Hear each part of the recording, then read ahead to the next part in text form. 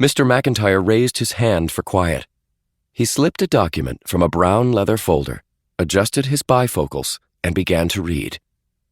I, Grace Cahill, being of sound mind and body, do hereby divide my entire estate among those who accept the challenge and those who do not. Whoa! Eisenhower Holt interrupted. What challenge? What's she mean? I am getting to that, sir. Mr. McIntyre cleared his throat and continued. You have been chosen as the most likely to succeed in the greatest, most perilous undertaking of all time, a quest of vital importance to the Cahill family and the world at large. 40 people started talking at once, asking questions and demanding answers. Perilous undertaking? Cousin Ingrid shouted. What is she talking about? I thought this was about money, Uncle Jose yelled. A quest? Who does she think we are? We're Cahills, not adventurers. Dan noticed Ian and Natalie Cabra exchange a meaningful look. Irina Spassky whispered something in Alastair O's ear, but most of the other spectators looked as confused as Dan felt. Ladies and gentlemen, please, Mr. McIntyre said, if you will direct your attention to the screen. Perhaps Madame Cahill can explain things better than I.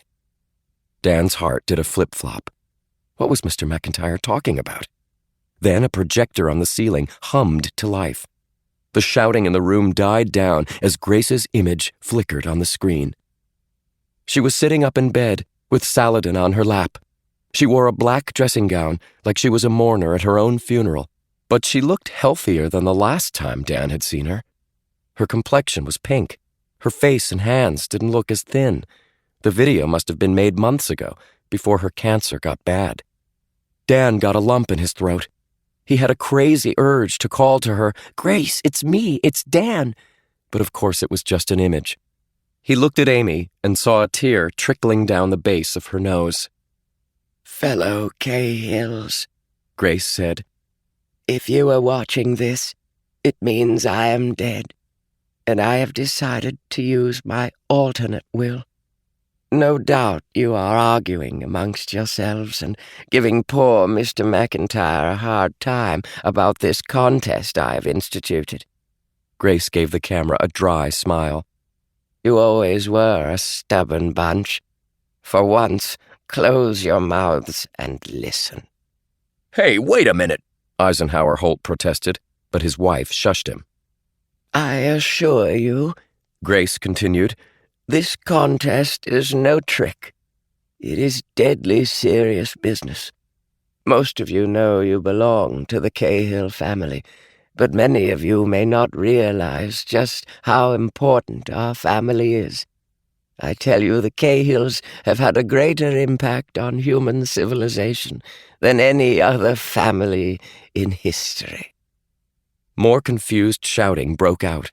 Irina Spassky stood up and yelled, Silence! I wish to hear.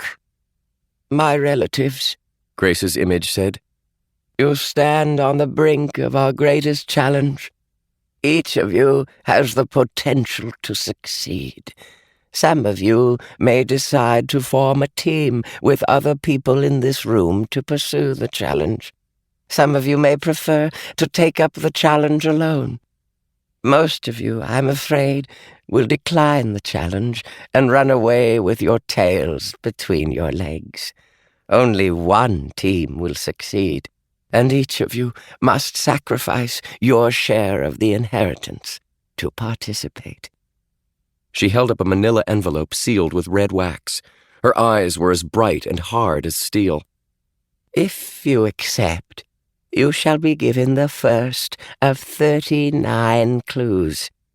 These clues will lead you to a secret, which, should you find it, will make you the most powerful, influential human beings on the planet. You will realize the destiny of the Cahill family. I now beg you all to listen to Mr. McIntyre. Allow him to explain the rules. Think long and hard before you make your choice. She stared straight into the camera, and Dan wanted her to say something special to them. Dan and Amy, I miss you most of all. Nobody else in this room really matters to me. Something like that. Instead, Grace said, I'm counting on you all. Good luck and goodbye. The screen went dark. Amy gripped Dan's hand. Her fingers were trembling. To Dan, it felt like they'd just lost Grace all over again. Then everyone around them started talking at once.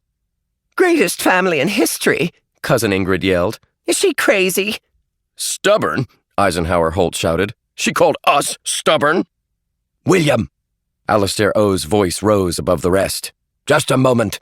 There are people here I don't even recognize, people who may not even be members of the family. How do we know? If you are in this room, sir, Mr. McIntyre said, you are a Cahill. Whether your surname is Cahill or not doesn't matter. Everyone here has Cahill blood. Even you, Mr. McIntyre? Natalie Cabra asked in her silky British accent. The old lawyer flushed. That, miss, is beside the point. Now, if I might be allowed to finish. But what's this about sacrificing our inheritance? Aunt Beatrice complained. Where's the money? It's just like my sister to come up with some foolishness. Madam, Mr. McIntyre said, you may certainly decline the challenge. If you do, you will receive what is under your chair. Immediately, 40 people felt around under their chairs. Eisenhower Holt was so anxious he picked up Reagan's chair with her still in it. Dan discovered an envelope under his, stuck on with tape. When he opened it, he found a green slip of paper with a bunch of numbers and the words Royal Bank of Scotland. Amy had one too. So did everybody in the room. What you now hold is a bank voucher, Mr. McIntyre explained. It shall only be activated if and when you renounce your claim to the challenge. If you so choose, each of you may walk out of this room with $1 million and never have to think of Grace Cahill or her last wishes again. Or you may choose a clue, a single clue that will be your only inheritance. No money, no property, just a clue that might lead you to the most important treasure in the world and make you powerful beyond belief. William's gray eyes seemed to settle on Dan particularly. Or it might kill you. $1 million or the clue. You have 5 minutes to decide. Chapter 3